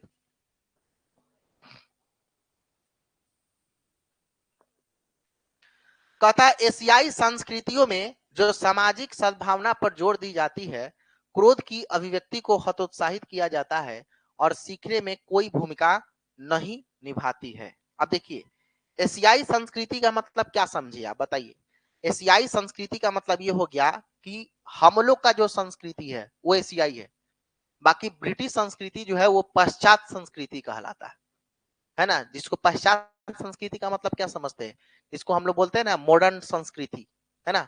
तो कहता है कि हमारे संस्कृति मतलब एशियाई संस्कृतियों में जो सामाजिक सद्भावना है उस पर जोर दी जाती है, सही बात है, हमारे यहाँ सबसे ज्यादा सामाजिक सद्भावना पर जोर दिया जाता है, सभी कल्चर का सम्मान होता है। और उसके बाद में कहता है क्रोध की अभिव्यक्ति को हतोत्साहित किया जाता है, मतलब ये जो क्रोध को भावना को जो प्रकट हमारे समाज में कहा जाता है ना कि क्रोध मनुष्य को खा जाता है, क्रोध नहीं करना चाहिए ऐसा कहा जाता है। हतोत्साहित का मतलब क्या होता है, हटाना, खत्म करना, समाप्त करना, हतोत्साहित करती है और सीखने में कोई भूमिका नहीं निभाती है ना। और 2 नंबर इसका कथन क्या बोला है, कथन कहा है कि भावनाएं व्यक्ति परक होती है और सीखने में कोई भूमिका नहीं निभाती है। तो भाई साहब यहाँ पर तुम देखो भावनाएं व्यक्ति परक होती है, मतलब इमोशन तुम्हारे लर्निंग में कोनो भूमिका नहीं निभाता है, तो सही बात है, इमोशन का सीखने से कोई संबंध नहीं है, इमोशन का कॉग्निशन से संबंध होता है। लेकिन यहाँ पर बात किसका किया गया है, सीखने की भूमिका नहीं निभाती है। अरे भाई सीखने की भूमिका नहीं निभाती है तो फिर कॉग्निशन और इमोशन का रिलेशन अच्छा कैसे है। कॉग्निशन क्या था, तर्क करना, विचार करना, सोच करना, अभिव्यक्ति परक अधिगम। तो जब सोच और विचारे से ना लर्निंग करता है मूर्खा, आइमा क्या कह दिया, नो ही निभाती है, गलत हो गया ना, ये गलत हो गया, निभाती है भाई। तो इसीलिए आर तो हो गया गलत, लेकिन ए हो गया सही। कहाँ है देखो तो, ए सही है और आर गलत है। ऑप्शन नंबर किसके साथ में जाएंगे? 3 के साथ में। अब आइएगा क्वेश्चन नंबर 3 पर आते हैं। 3 नंबर क्वेश्चन देख लीजिए क्या कहता है। इसको बताइए, ये भी कथन कारण वाला। कथन कारण वाला में सबसे ज्यादा दिक्कत होता है लड़का को, है ना, लेकिन घबराने की कोई आवश्यकता नहीं। इसका प्रैक्टिस तुम इतना कर लो कि भाई तुम्हारा काम बन जाए। इसको पढ़िए।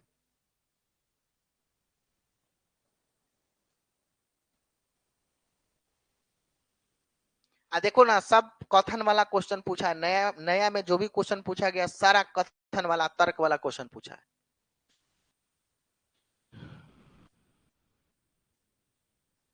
करा, यदि छात्रों का स्कूल के प्रति भावनात्मक लगाव है और उन्हें लगता है कि उनका महत्व है, तो उन्हें अच्छा प्रदर्शन करने और स्कूल में बने रहने की संभावना अधिक है। सही कि गलत बताओ?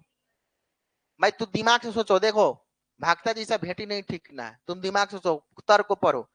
यदि छात्रों का स्कूल के प्रति भावनात्मक लगाव है, इमोशनल अटैच है, किसके प्रति? स्कूल के प्रति, ठीक है ना, और उन्हें लगता है, मतलब किसको? बच्चा को। बच्चा को लगता है कि उनका महत्व है, उसको यह भी लगता है कि हमारा इंपॉर्टेंस हमारे स्कूल में है, तो उसको अच्छा प्रदर्शन करने और स्कूल में बने रहने की ज्यादा संभावना है। सही बात है, एकदम सही बात। अगर कोई बच्चा का, देखो इमोशन का मामला ही ऐसा है कि जेकरा से अटैच हो जाएगा वहां पर रहने का मन तुमको करेगा। समझ में आ रहा ना? तब विद्यालय से अगर लगाव है और लगता है तुमको कि हमारा सम्मान वहां पर होता है, तो स्वाभाविक सी बात है कि विद्यालय में ज्यादा दिन तक रहने का संभावना तुम्हारा रहेगा। विद्यालय तुमको जाने का मन करेगा। अभी ना जीजा जी वाला कहानी बताया है। अब जीजा जी का अगर ससुराल से भावनात्मक लगाव होगा, लगेगा जीजा जी को कि हाँ हमारा इज्जत सम्मान मिलता है ससुराल में, तो ज्यादा दिन तक टिकने का संभावना है। बताए ना अभी कहानी, वहीं पर तो बच्चा वाला बात कह दिया ना। तब विद्यालय से अगर किसी बच्चा का भावनात्मक लगाव है और उसको लगता है कि हमारा इंपॉर्टेंस यहाँ पर है, हमारे भावना को सुना जाता है, समझा जाता है, तो ज्यादा दिन तक टिकेगा स्कूल में। सही कि गलत? सही। तो एक हो गया बिल्कुल सही। भागता जैसा भेटी नहीं सीखना है, सोच के देख के समझना है। और तर्क क्या कहा इसका? कथन बी। कथन आर क्या कहा देखो, भावनाएं सीखने में महत्वपूर्ण भूमिका निभाती है। सही कि गलत बताओ? अरे भाई सही बात है, अभी बताएं कि भावनाएं, अभी पिछला क्वेश्चन में ही ना था। पिछला क्वेश्चन में देखें तर्क में क्या कहा था कि नहीं निभाती। अरे निभाती है भाई। जब कॉग्निशन और इमोशन का रिलेशन है तो फिर कैसे नहीं निभाएगा? कॉग्निशन तो सीखने का ही तर्क है ना, तर्क करना, लॉजिक देना, विचार देना, थॉट देना, वो तो कॉग्निशन ही ना, तो फिर सीखने में तो भूमिका निभाएगा ना। तो किसके साथ में हम लोग जाएंगे? ए और आर दोनों सही है और सही व्याख्या भी करा। कहा गया, कहा गया? हाँ ये हो जाएगा। ऑप्शन नंबर किसके साथ में जाएंगे हम लोग? 2 के साथ में जाएंगे। B is the right answer. ठीक है, क्लियर हुआ? अब आइए नेक्स्ट क्वेश्चन पे। फिर कथन वाला है, चलिए बनाइए इसको, बनाइए।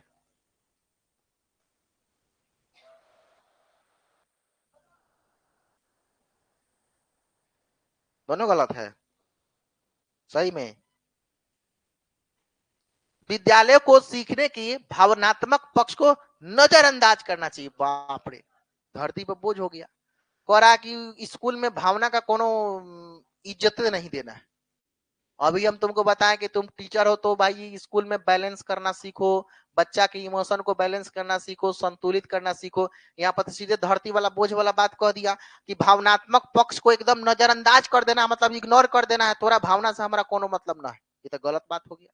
टीचर है तो आपको नजरअंदाज नहीं करना है, बल्कि भावनाओं का सम्मान करना है, सहानुभूति देना है। बताए ना अभी थोड़ी देर पहले।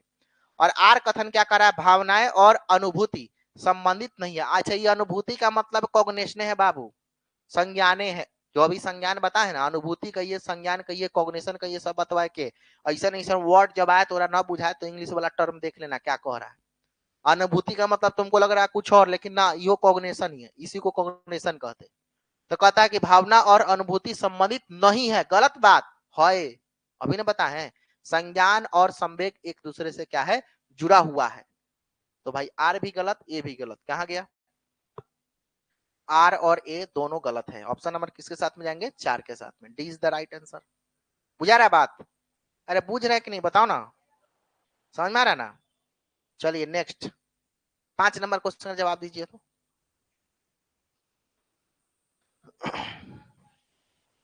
एको थ्योरी से इधर उधर सवाल है बताओ तो तुम, जितना थ्योरी पढ़ा वही में से रहेगा, है ना। अगर विद्यार्थी अपने कार्य की सफलता को आंतरिक कारणों पर आरोपित करते हैं तो उनमें डैश की भावना उत्पन्न होगी, आंतरिक कारणों पर। अच्छा देखो ये क्वेश्चन तुमको बुझा रहा है पहले क्या कह रहा है। मान लीजिए कि आप परीक्षा में आपको सफलता मिला है, सीटेट में आपको 105 नंबर आया, ठीक। तो आपको ऐसा लग रहा है कि सब मेरा मेहनत का फल है, आपको ऐसा लग रहा है कि 105 नंबर आना हमारे मेहनत का फल है। इसी को बोलते हैं आंतरिक आरोपित। मतलब ये कि अगर विद्यार्थी अपने कार्य की सफलता को आंतरिक कारणों पर आरोपित करता है, अपने पर, कि अरे हमने मेहनत किया था उसका फल हमको मिला है, तो आपको क्या महसूस होगा, कौन सी भावना आप में आएगा? क्या शर्म आएगा? अरे मूर्खा शर्म कैसे आएगा? कह रहा कि क्या गुस्सा आएगा? नहीं भाई, है ना।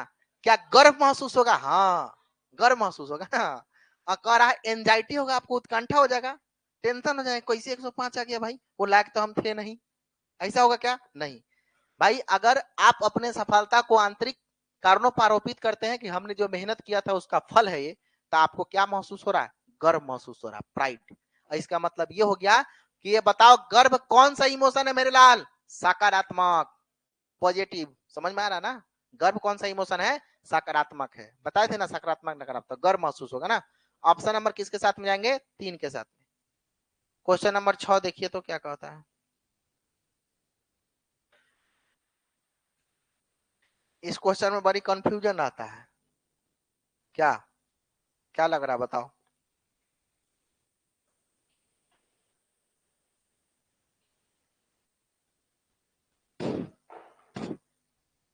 कोविड 19 महामारी के दौरान तनाव में विद्यार्थियों के प्रदर्शन को नकारात्मक रूप से प्रभावित किया गया। टेंशन में यह निम्नलिखित में से किस प्रकार के संबंध को स्पष्ट करता है?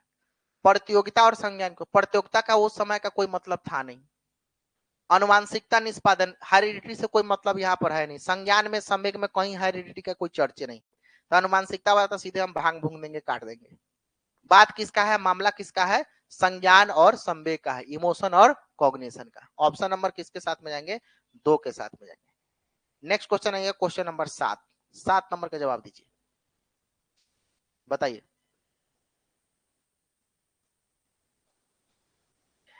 हाँ ये तो आपके साथ भी होता होगा।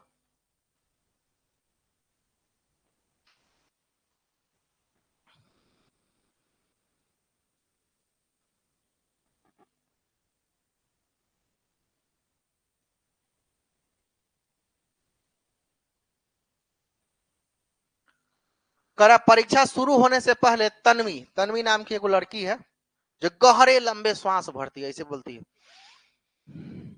ये करती है, ठीक है ना। आप लोग भी परीक्षा जब देने जाते हैं ना, तब बोतल में पानी लेकर के, कलम कॉपी लेकर के सब बैठ जाते हैं, तो उसके बाद में जब क्वेश्चन आता है तो गहरा लंबा सांस भरते हैं, अब चलते हैं बनाने, ऐसा वाला, है ना। तो गहरे लंबा सांस भरती है दुश्चिंता यानी एंजाइटी से निपटने के लिए। किससे निपटने के लिए गहरा लंबा सांस आप लोग हम लोग भरते हैं? कि सारा टेंशन छोड़ो, अब चलो एग्जाम देने, इसीलिए गहरा लंबा सांस भरते हैं। एंजाइटी से निपटने के लिए, मतलब दुश्चिंता से निपटने के लिए वह डैश तकनीकी का इस्तेमाल कर रही है। तो बताओ तन्वी जो है वो कौन से टेक्निक का इस्तेमाल कर रही है? सवाल ये पूछा जा रहा है। क्या इसको प्रॉब्लम सोल्विंग टेक्निक कहेंगे? क्या इसको भाव नियमन, इमोशन मैनेजमेंट कहेंगे? क्या इसको हम परिहार्यता कहेंगे? या फिर क्या इसको हम खंडन कहेंगे? बताओ। अरे भाई वो अपने इमोशन को मैनेज कर रही है, इसको बोलते हैं भाव नियमन, इमोशन को मैनेज करना। जैसे तुम देखो ना, जैसे मान लो कि एकदम सेंटर पर तुम कैसे पहुंचे, एकदम भागा दौड़ी करते हुए, 8 बजे गेट बंद होने वाला था, ऑटो वाला जो है वो जाम में फंस गया, तुम कह रहे भैया जल्दी चलाइए एग्जाम छूट जाएगा, एग्जाम छूट जाएगा, तुम में एकदम से हड़बड़ापन आ गया था, फटाफट फटाफट 7:59 पर तुम गेट में एंट्री मारा और जाकर के अपने सीट पर जब बैठा, तो उसके बाद में तुम्हारा एकदम दिल धकधका रहा था, कॉपी बटा रहा था, दिमाग इधर उधर था। उसके बाद में तुम क्या किया? 5 मिनट पहले शांत बैठा, और शांत बैठने के बाद कॉपी तुम्हारे सामने आया तो गहरा लंबा सांस लिया, और उसके बाद में कहा कि दुनियादारी छोड़ो, चलो शुरू करते हैं। ये इसको बोलते हैं। तो ये क्या किया आपने? इस इमोशन को आपने क्या किया? मैनेज किया। कि जो हड़बड़ापन वाला इमोशन जो आपके अंदर था, तो गहरा लंबा सांस लेकर के उसको क्या किया, आप मैनेज किए। बोलो समझ में आया? इसीलिए जब भी हड़बड़ी हो, परीक्षा में अधिकांशतः ऐसा होता है, जब लेट टूट हो जाए परीक्षा में, आज जब जाइए जाते बैठते मात्र कॉपी आ गया, सबसे ज्यादा हड़बड़ी तो तब हो जाता है कि जब तुम क्लास में घुसे आने का वो मार रंगा रहा हो, तब तो बुझाता है कि हमारे 10 गो छूट गया, और चक्कर में तुम्हारा वो एम आर गड़बड़ा जाएगा। इसीलिए क्या करना है जानते हो, जब उस तरह की परिस्थिति हो तो तुमको हम एगो दिमाग दे रहे हैं कि जब भी तुम परीक्षा में जाओ, हड़बड़ी में तुम अगर सेंटर पर पहुंचे हो तो ओ एम आर भरबे मत करो, पहले क्वेश्चन में बना लो, है ना। 10 वो क्वेश्चन बना लो, और 10 वो क्वेश्चन के बाद में तुम्हारा दिमाग खुदे अस्थिर हो जाएगा, ओकरा बाद ओ एम आर भर, अभी ना कि सबसे लास्ट में भरिया, ऐसा बात नहीं। हम तुमको 10-15 क्वेश्चन जब बनाओगे ना, तुमको बनाना ही है, तुम चाह रहे हो कि हमारा टाइम बर्बाद ना हो, तो क्वेश्चन पर फोकस करो, ओएमआर पर उस समय फोकस नहीं करना, तो गड़बड़ा जाएगा। ओएमआर का मतलब तो ऑफलाइन में आप जानबे करते हैं, सबसे बड़का प्रॉब्लम तो ओएमआर है आजकल। 5% बच्चा तो ओकरे कारण गायब हो जाता है, ठीक है ना। तो आपको क्या करना है, इमोशन को कंट्रोल करना है, इसी को बोलते हैं समय को मैनेज करना। ऑप्शन नंबर किसके साथ में जाएंगे, भाव नियमन के साथ में, B is the right answer. बोलो क्लियर। नेक्स्ट क्वेश्चन पे आए, क्वेश्चन नंबर 8 बताइए तो।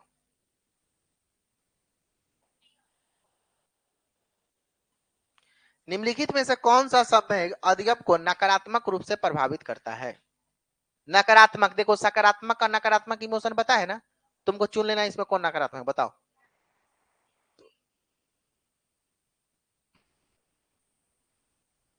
प्राइड तो भाई सकारात्मक है ना।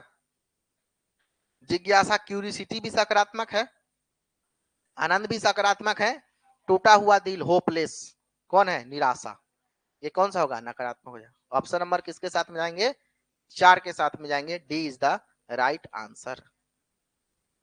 तो बात समझ में आया कि नहीं है, पहले ये बताओ, ठीक है ना। और नेक्स्ट टॉपिक हमारा सृजनात्मकता है, क्रिएटिविटी, है ना। लेकिन 3-4 क्वेश्चन और कीजिएगा, रुक जाइए।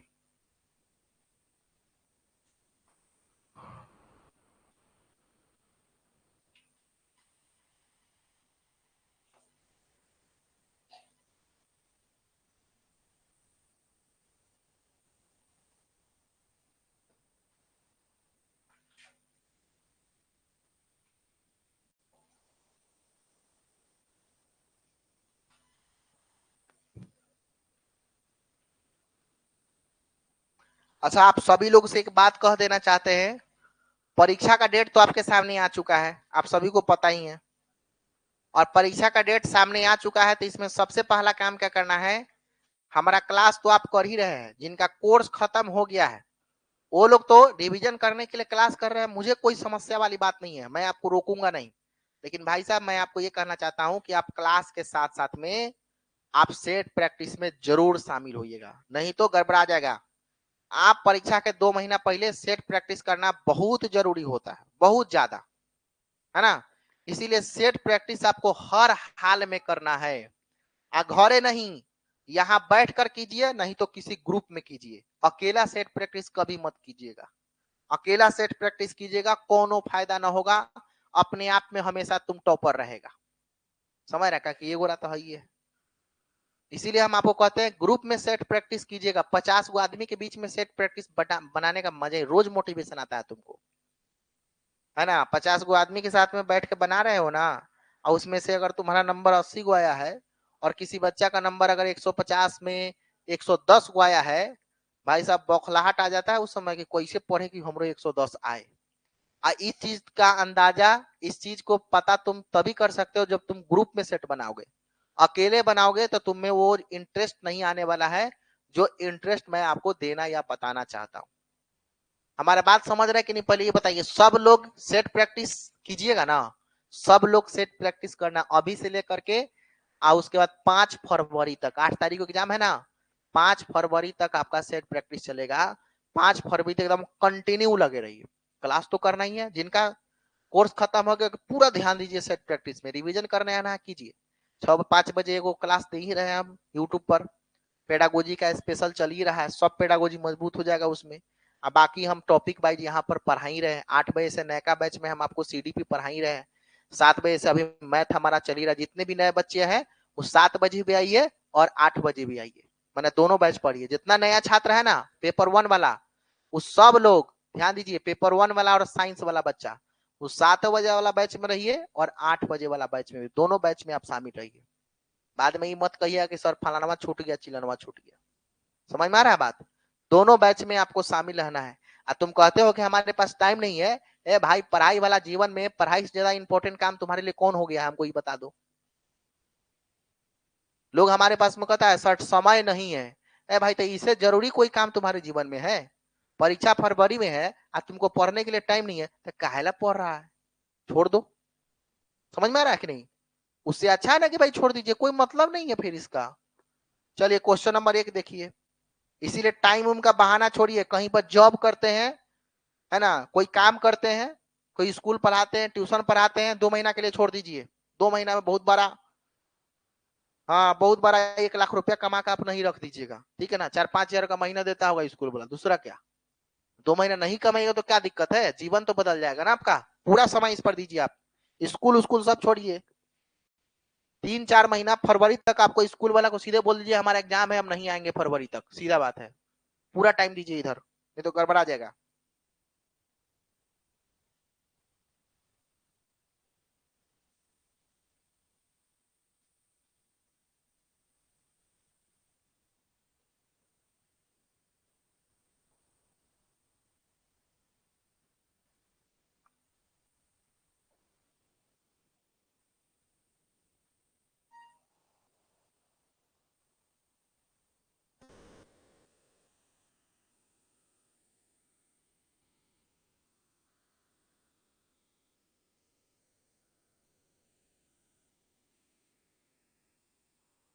बताइए भाई क्या आंसर हुआ, अभी तक बताए नहीं आप लोग।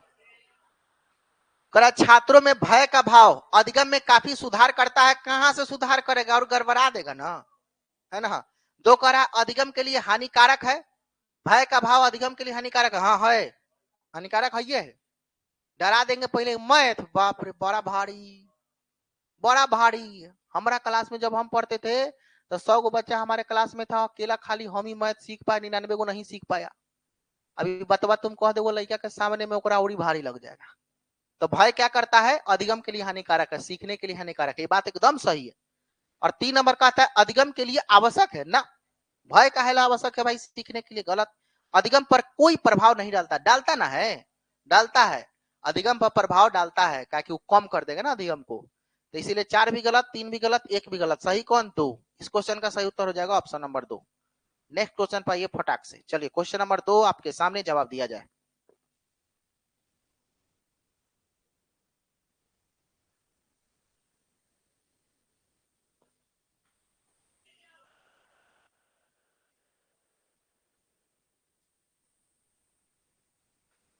कहता है कि निम्नलिखित में से कौन सी स्थिति विद्यार्थियों में गर्व का कारण बन सकता है, मतलब प्राइड का कारण कौन सा स्थिति बन सकता है। बउआ एक बात ध्यान रखना है, सारा हम अपना से छाप के ना लाए हैं, ये सब ऑफिशियली जाके चेक कर लेना, पूछा गया है सब, ठीक है ना।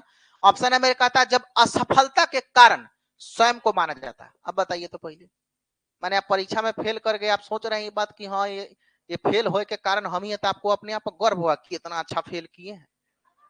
अरे मूर्खा, है ना, ये कभी प्राइड महसूस करेगा क्या? नहीं, गलत बात है यार। जब असफलता का कारण दूसरों को माना जाता है, हाँ हमरा मान लेगा सब, जब फेल किए थे हमार कोनो दोष नहीं, सर आदित्य सर के दोष है ना, प्रक्षेपण कर देना, प्रोजेक्शन दे देना, नहीं होता है। ये फलाना टॉपिक नहीं पढ़ाते, वही से 2 क्वेश्चन आया था, 2 नंबर से फेल किए, आज जन पढ़ाए थे वो याद रहता तो, ये तो बात कहो। तो दूसरा पर फेंक करके तुम गर्व महसूस करोगे, अगर तुम फेल कर गए, तुम अपने बदले में तुम अपना कारण नहीं मानो कर आदित्य सर के कारण फेल किए, तो तुम अपने आप पर गर्व महसूस करेगा कि कितना अच्छा सर जी फेल करा है, बताओ है। 2 भी कट गया। 3 कहता है जब सफलता का कारण स्वयं को माना जाता है, हाँ जब आप सफल हुए हैं और कह रहे हैं कि ये मेरा मेहनत का फल है, तो आपको क्या होगा, प्राउड महसूस होगा, गर्व महसूस होगा। 3 के साथ में जाएंगे ना मेरे लाल।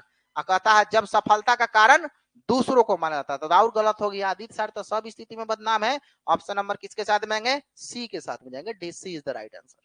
बोलो क्लियर, समझ में आ रहा है? चलो नेक्स्ट क्वेश्चन बताओ, जल्दी बताओ।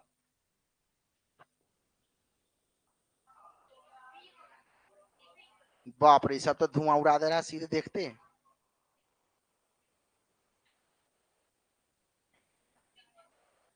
रिपीट है? अच्छा अच्छा। परीक्षा शुरू होने से पहले तन्वी गहरे लंबे सांस भरती है। दुश्चिंता से निपटने के लिए वो कौन सा तकनीक का इस्तेमाल कर रही है? भाव नियमन, इमोशन को मैनेज कर रही है। सही बात है। चलो रिपीटेड है, ऑप्शन नंबर 2 के साथ में जाएंगे, B is the right answer. Next question पे आइए, इसका बताइए। यो रिपीट है, ये भी रिपीट है ना? रिपीट का मतलब क्या? प्रीवियस ईयर तो प्रीवियस ईयर होगा ना। कहता है कि अगर विद्यार्थी अपने कार्य को सफलताओं को आंतरिक कारणों पर आरोपित करता है ना, इंटरनल फैक्टर पर आरोपित करता है, तो भाव को उत्पन्न होता है, गर्व महसूस होगा ना, प्राइड महसूस होगा। बताएं अभी। ऑप्शन नंबर 3 के साथ में जाएंगे, C is the right answer. Next question पे आइए। 5 नंबर यही में से एक को पूछेगा भाई, चिंता मत करो।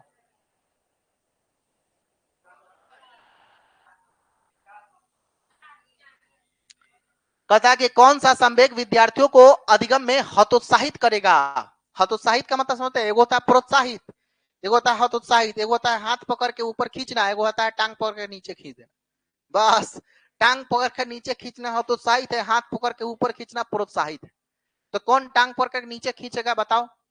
गर्व, आनंद, उम्मीद और उसका में बोरियत, बताओ कौन सा? तो भाई स्वाभाविक सी बात है, हतोत्साहन का काम, क्योंकि जो नकारात्मक होगा वह हतोत्साहित करेगा। तो ये पॉजिटिव है, ये भी पॉजिटिव है, ये भी पॉजिटिव है। नकारात्मक कौन है? बोरियत, है ना। ये कौन हो जाएगा? ऑप्शन नंबर 4 के साथ में हम लोग जाएंगे। ठीक है, बुझा रहा बात? अरे भाई तुमको प्राइड जो है ना वो क्या करता है? हतोत्साहित नहीं, प्रोत्साहित करेगा। आनंद भी प्रोत्साहित करेगा, उम्मीद, होप क्या करेगा? प्रोत्साहित करेगा। लेकिन फीलिंग बोर्ड है ना, वो क्या करेगा? आपको हतोत्साहित करेगा। ऑप्शन नंबर 4 के साथ में जाएंगे, तो D is the right answer. ठीक है, अब आइएगा नेक्स्ट क्वेश्चन पर। 6 नंबर क्वेश्चन आइए। हमको लगा है कि शादी ब्याह करके आइएगा। 6 नंबर क्वेश्चन पर आइए। राहुल सर अपन ब्याह कर नहीं रहे, हम इंतजार में है कि भाई कब करे। 6 नंबर क्वेश्चन का जवाब दीजिए।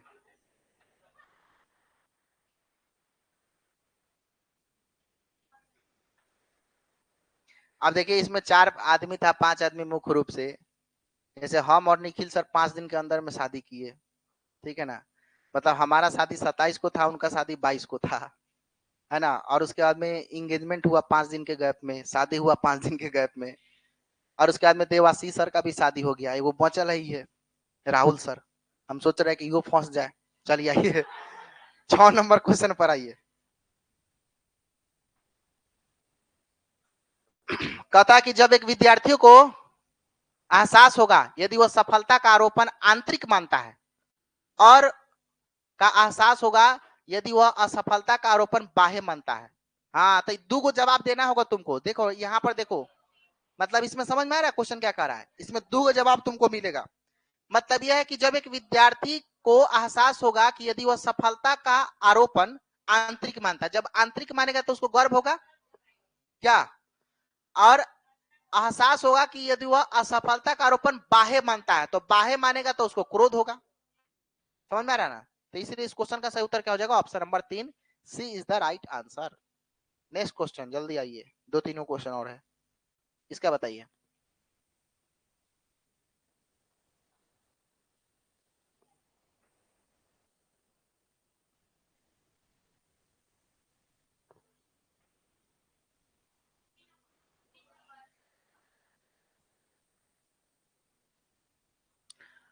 एक निर्देशित लक्ष्य पर पहुंचने के लिए विद्यार्थियों को उसकी संज्ञानात्मक क्षमताओं पर चिंतन करने के लिए प्रोत्साहित करके एक शिक्षक निम्नलिखित में से किसके विकास में सुगम बना रहा है?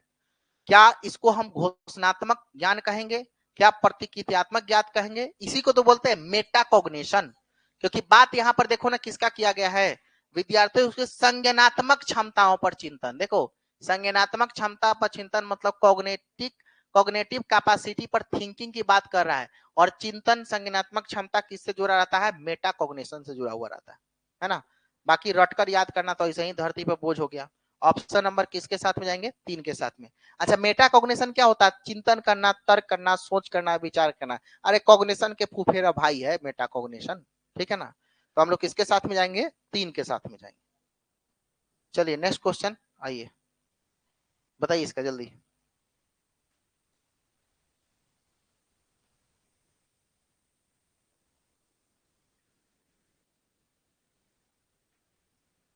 इसमें भी 2 आंसर आएगा, ध्यान से देखिएगा। 2 आंसर आपको दिखाई देगा, ध्यान से देखिएगा।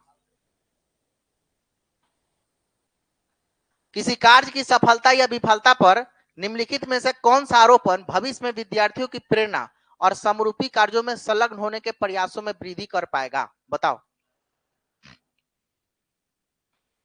अब सवाल यह है कि इसमें कह रहा किसी कार्य की सफलता की विफलता पर निम्नलिखित में से कौन सा आरोपण भविष्य में विद्यार्थियों की प्रेरणा और समरूपी कार्यों में संलग्न होने के प्रयासों में वृद्धि कर पाएगा? बाहरी या गैर नियंत्रणीय, बाहरी या स्थिर, आंतरिक या स्थिर, आंतरिक या नियंत्रणीय। हाँ, ये हो गया पॉजिटिव। इंटरनल और कंट्रोलेबल, है ना। इंटरनल मोटिवेशन जो होता है ना, वो सीखने को क्या करता है? प्रेरित करता है। और नियंत्रणीय रहना इसलिए जरूरी है, कंट्रोल में अनकंट्रोलेबल हो जाओगे तब तो दिक्कत है भाई, ठीक है ना। तो यहाँ पर देखो अनकंट्रोल से ही कट गया है, यहाँ पर बाहरी से ही कट गया है, यहाँ पर स्थिर से कट गया है, लेकिन इसमें दोनों का दोनों सकारात्मक है, आंतरिक और कौन सा? नियंत्रणीय। ऑप्शन नंबर किसके साथ में जाएंगे? 4 के साथ में जाएंगे। D is the right answer. इस क्वेश्चन का सही उत्तर हो जाएगा ऑप्शन नंबर 4। लास्ट क्वेश्चन है, बताइए।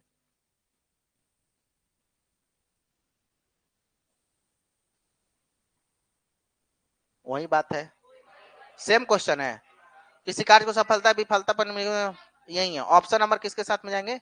स्थिर और सॉरी आंतरिक और, एक मिनट एक मिनट, अरे एक मिनट रुक जाओ भाई, पूरा क्वेश्चन पढ़ने दो। क्वेश्चन ये कह रहा है कि किसी कार्य की सफलता या विफलता पर निम्नलिखित में से कौन सा आरोपण भविष्य में विद्यार्थियों की प्रेरणा और इसी तरह के कार्यों में संलग्न होने के प्रयासों में गिरावट का कारण बन सकता है? मूर्खा, अलग है क्वेश्चन ना। गिरावट का कारण, और उसमें कह रहा था, तो देखो अब गिरावट का कारण तब बन सकता है जब व्यक्ति स्थिर रहेगा और उसके बाद में अनकंट्रोलेबल है। निगेटिव पूछा है मेरे लाल, यहाँ पर देखो ना। अरे गिरावट का मतलब हो गया निगेटिव, समझ आ रहा है ना। और उसमें कह रहा था बढ़ावा कौन देगा, था बढ़ावा में पॉजिटिव और गिरावट में कौन सा? निगेटिव। तो हाँ, ये दोनों निगेटिव है। एगो स्टेबल रहोगे, अनकंट्रोल रहोगे, तो निगेटिव हो जाएगा। ऑप्शन नंबर किसके साथ में? ए के साथ में जाएंगे, ठीक है ना। अब देखो ये कैसे छटा। अब देखो यहाँ पर नियंत्रणीय कह दिया ना, तो ये पॉजिटिव हो गया। यहाँ नियंत्रणीय कह दिया ना, ये भी पॉजिटिव हो गया। यहाँ आंतरिक कह दिया ना, ये पॉजिटिव हो गया। तो 3 गो तो ऐसे ही छट गया, हमको चुनना था निगेटिव। हाई दोनों चलवा निगेटिव है। कौन कौन? स्थिर मतलब फिक्स, और अनकंट्रोल मतलब ये दोनों क्या है? निगेटिव है। ऑप्शन नंबर 1 के साथ में जाएंगे, ए इज द राइट आंसर। बुझा रहा बात, समझ में आया है ना। नेक्स्ट क्वेश्चन पे आइएगा, लास्ट है ये, लास्ट है पक्का, लास्ट है ये। चलो 10 नंबर।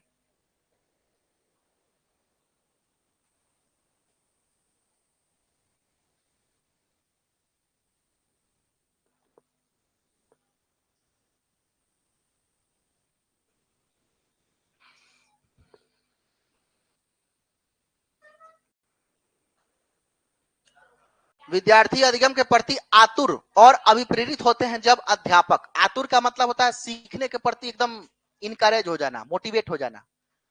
तो कब मोटिवेट होगा, कब आतुर होगा सीखने के प्रति, कब जिज्ञासु होगा? जब अध्यापक उन पर परीक्षण में अच्छा करने का तनाव और दबाव, बताओ तो पहले, तनाव दबाव में लड़का भाग ही जाएगा। समझ में आ रहा ना। सीखने के प्रति आतुर होगा, तुम पर हम तनाव देंगे कि हाँ 60% से नंबर कम आएगा, तो समझ लिया। तो बताइए, तो टेंशन हो गया भाई, ये टेंशन नहीं हो गया। आजकल सीटेट की तैयारी करने वाले छात्रों को भी इस तरह का टेंशन देगा, ये साल अगर नहीं निकला तो अगला साल पढ़ाई छोड़वा देंगे। ये टेंशन है, ये दबाव है, ओकरा चक्कर में और नहीं निकलेगा। सीधे कहना है कि तुम पढ़ो, जो होगा देखा जाएगा, तब आदमी का दिमाग फ्रेश रहेगा। तो ये तो हो गया भाई गलत।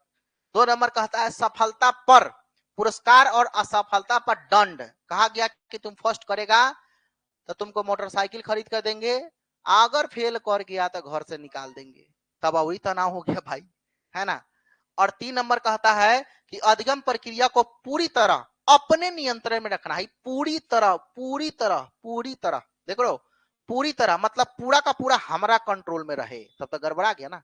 बच्चा को जब तक स्वतंत्र नहीं छोड़ोगे, फ्रीडम नहीं दोगे, तब तक वह वैश्विक लर्निंग को नहीं खोज पाएगा। So that's why option number 3 भी खत्म। देखो टैग को समझना है यार, सीटेड में क्या है, पेडागोजी क्या है, टैग तुमको दिमाग में आ गया ना, हम हमेशा टैग ही बताते हैं। देखते हैं हम क्वेश्चन को कैसे काटते हैं, उसमें का पॉइंट खोज के उसको काटते हैं। तुमको हम समझाना चाहते हैं कि दिस इज निगेटिव फैक्टर, और इसी के अनुसार ये ऑप्शन कट रहा है। और 4 नंबर कहता है कि अधिगमकर्ताओं को, अधिगमकर्ता का मतलब सीखने वाला, अधिगमकर्ताओं को संलगित करके, देखो संलगित का मतलब क्या होता है, संलगित का मतलब ये होता है कि आप ये समझिए कि एक साथ में जुड़ करके, है ना, संलग्न करके उन्हें अध्यापन अधिगम प्रक्रिया का अहम हिस्सा बनाया जाए। हाँ, ये पूरा का पूरा पॉजिटिव बोल दिया, तो बच्चा इसे मोटिवेट तो रहेगा। ऑप्शन नंबर किसके साथ में जाएंगे, 4 के साथ में जाएंगे। ऐसे भी 3 को काट दिया तो 4 ना होगा, तो ऑप्शन नंबर 4 के साथ में जाएंगे। चलिए आज की क्लास को हम यहीं पर समाप्त करते हैं, बाकी मिलेंगे कल। हम आपको फिर से बताना चाहते हैं कि जिनका खत्म हो गया है क्लास, वो लोग शेयर प्रैक्टिस जरूर करें। जो नए बच्चे हैं वो दोनों क्लास कीजिए, सुबह वाला बैच भी, 7 बजे वाला भी और 8 बजे वाला। टाइम कम है आपके पास में, हालांकि आपका कोर्स हम एकदम समय सीमा के अंदर में खत्म कर देंगे, आपको एकदम घबराने की जरूरत नहीं। शाम को रोज 5 बजे 5:15 में आपको एक एक्स्ट्रा टॉनिक दिया जा रहा है, उस टॉनिक को लाइव सेशन में जरूर लीजिएगा, पेडागोजी आपका मजबूत हो जाएगा। ठीक है, बहुत धन्यवाद, मिलते हैं अगले क्लास में, थैंक यू।